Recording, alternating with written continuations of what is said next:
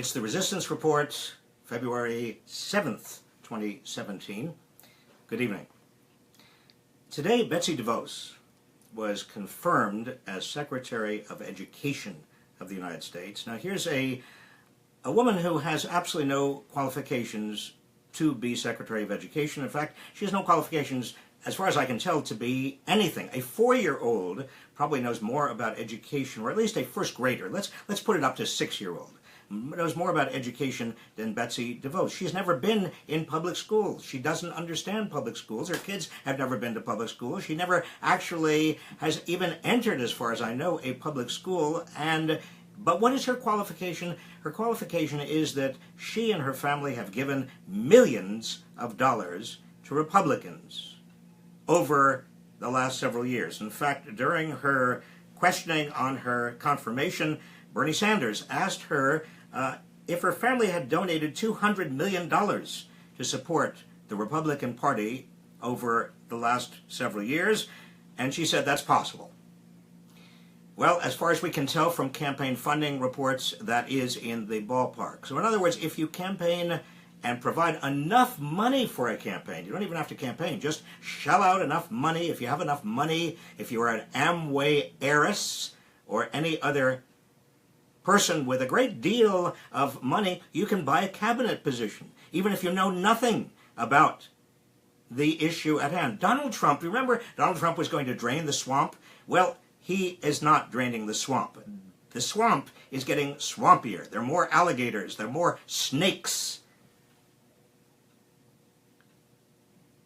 I want to just read to you very, very, very briefly the list of Republican senators who voted for her, who will be up for re-election in 2018. It's not a long list. You may just want to jot them down. If you know anybody who lives in these states, or if you are in these states, remember, these are Republican senators who voted to confirm somebody who has no credentials whatsoever, knows nothing about education, except she's donated a lot of money to the Republican Party. So we've got Jeff Flake in Arizona, Roger Wicker in Mississippi, Deborah Fisher in Nebraska, Dean Heller in Nevada, Bob Corker in Tennessee, Ted Cruz in Texas, Warren Hatch in Utah, and John Barroso in Wyoming.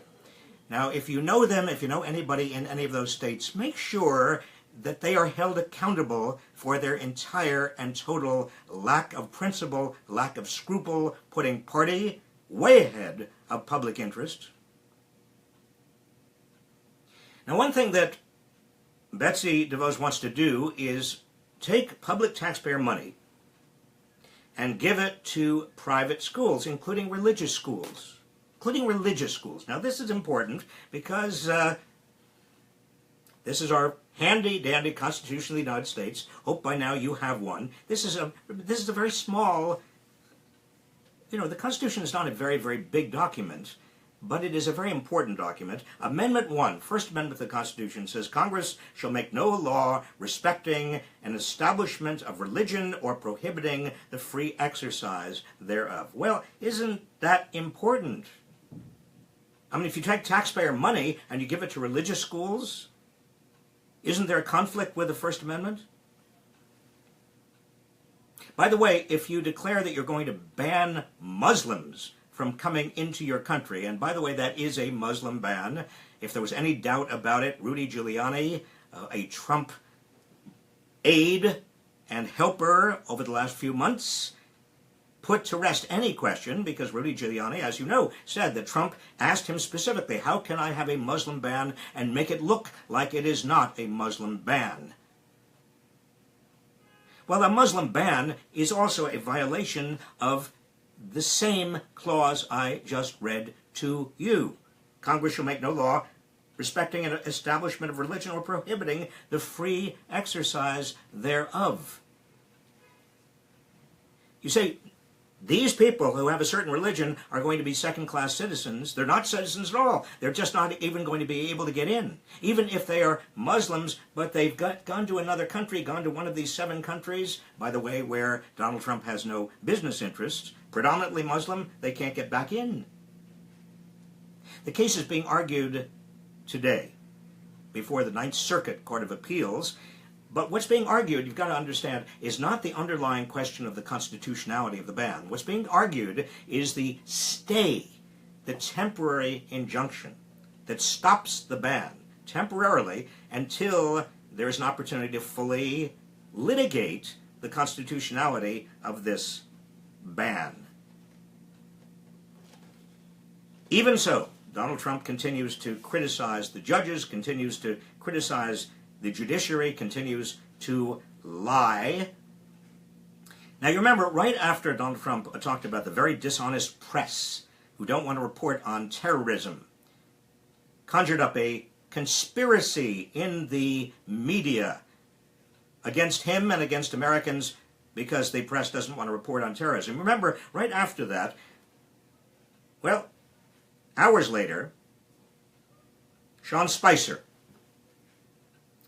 the communications director, the press secretary for Donald Trump, offered a list of 78 examples of terrorism that he said went unreported or underreported. 78 examples from September 2014 to 2016. Just to back up his boss's claim that the press was not reporting or underreporting or covering up terrorism. Now, the problem is, if you look at those 78 cases, some of the attacks were very well reported. They were headline attacks. The Pulse Nightmare attack, the Bastille Day attack in Nice, France, the explosions in Paris. Those were well reported, so those don't really count, but they were on that 78 list. More than half of the incidences involved the deaths of 2 or fewer people around the world. Now, not to make light of that, those serious, but when you have 2 or fewer people around the world someplace that might have been involved in a terrorist event, maybe it's not headline news in the United States. That doesn't mean the press is covering it up. And interestingly, the countries most devastated by terrorism, that is, Iraq, Nigeria, Syria, they didn't even make it on the list at all. There were no incidents on that list from the White House of terrorist attacks that did not get covered that occurred in those 3 countries, Iraq, Nigeria, or Syria. Perhaps most seriously, none of the attacks on the list involved attacks in the United States by non-Muslims. We have had terrorism in the United States by non-Muslims, including the killings of African-American churchgoers in Charleston, South Carolina, at the hands of white supremacist Dylann Roof. That was not on the list. What does that mean? Why single out one form of terrorism and not even mention another form of terrorism? A 2015 report from the New America Foundation found that of the 28 deadly terror attacks in the United States over the previous 4 years, of the 28 of them, 18 were incidents inspired by right-wing extremism, while 10 were inspired by Islamic extremism. So why is it that Donald Trump is so fixated on Muslim extremism and doesn't even want to talk about or remind us that we have a problem here with right-wing extremism? There is absolutely no substitute, my friends, for spreading the truth every way you can. On social media, among your friends and associates, through letters to the editor. Don't stop. That is part of the resistance. Part of the resistance is understanding that the Trump regime, the Trump-Bannon regime, is waging a war on the truth. And we must fight back in order to save our democracy. Now, one final point. Republicans and Democrats obviously don't see eye to eye on a lot of issues. There is and has been in this country for many years a great left versus right divide. It's a philosophical divide to some extent on how much government you want. It is a legitimate divide on certain issues. People don't see eye to eye on every issue. My father was a Republican for most of his life, until his son joined the Bill Clinton cabinet. But let me say this, and say it as strongly as I can. The issue we are confronting now is not a right versus left, Democrat versus Republican, conservative versus liberal issue. The challenge we are confronting now is a challenge of pending tyranny.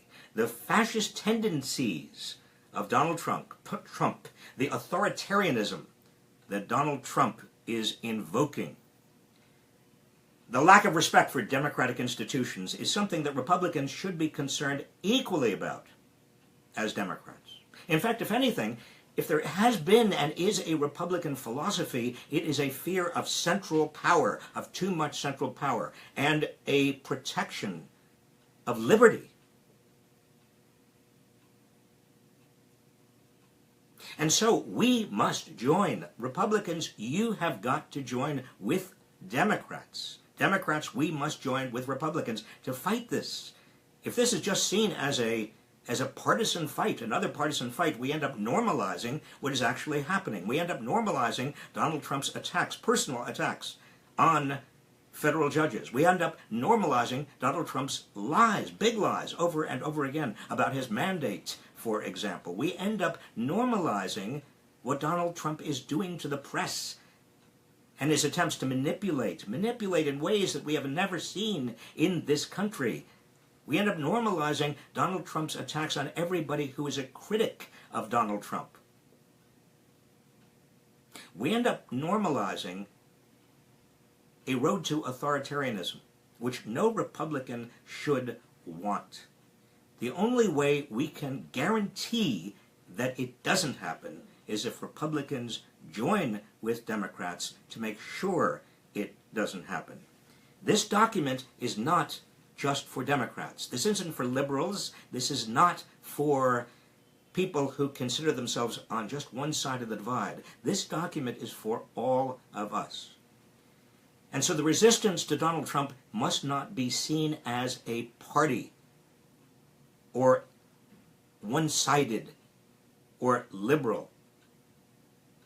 The resistance to Donald Trump, based on this document, is a resistance to authoritarian tyranny. I want to thank you all again for doing what you are doing. Many of you are incredibly active, incredibly strong. You have pushed. In fact, you pushed when it came to Betsy DeVos and the two Republicans who voted against her, Susan Collins from Maine and Lisa Murkowski from Alaska. Both of them said that they were pushed by thousands of people who contacted them to vote against Betsy DeVos, notwithstanding that they were Republicans. So I want to send my kudos to those two Republican senators for standing up for principle and having the integrity to do so. They were under a great deal of pressure, but I want to congratulate all of you who were active in pushing them. It's not the end of the line, by the way, with education. I want to stress to you that also. Because with that kind of a lack of mandate Betsy DeVos has, those authorizing committees, those appropriation committees, every time she appears before Congress, and I can tell you, as a former cabinet secretary, you're up there all the time. It's going to be very hard for her. They're going to keep her on a very, very short leash. They're going to watch everything she does. You can't be a cabinet secretary and win by only one vote, a vice president intervening, and expect to have free reign. She won't.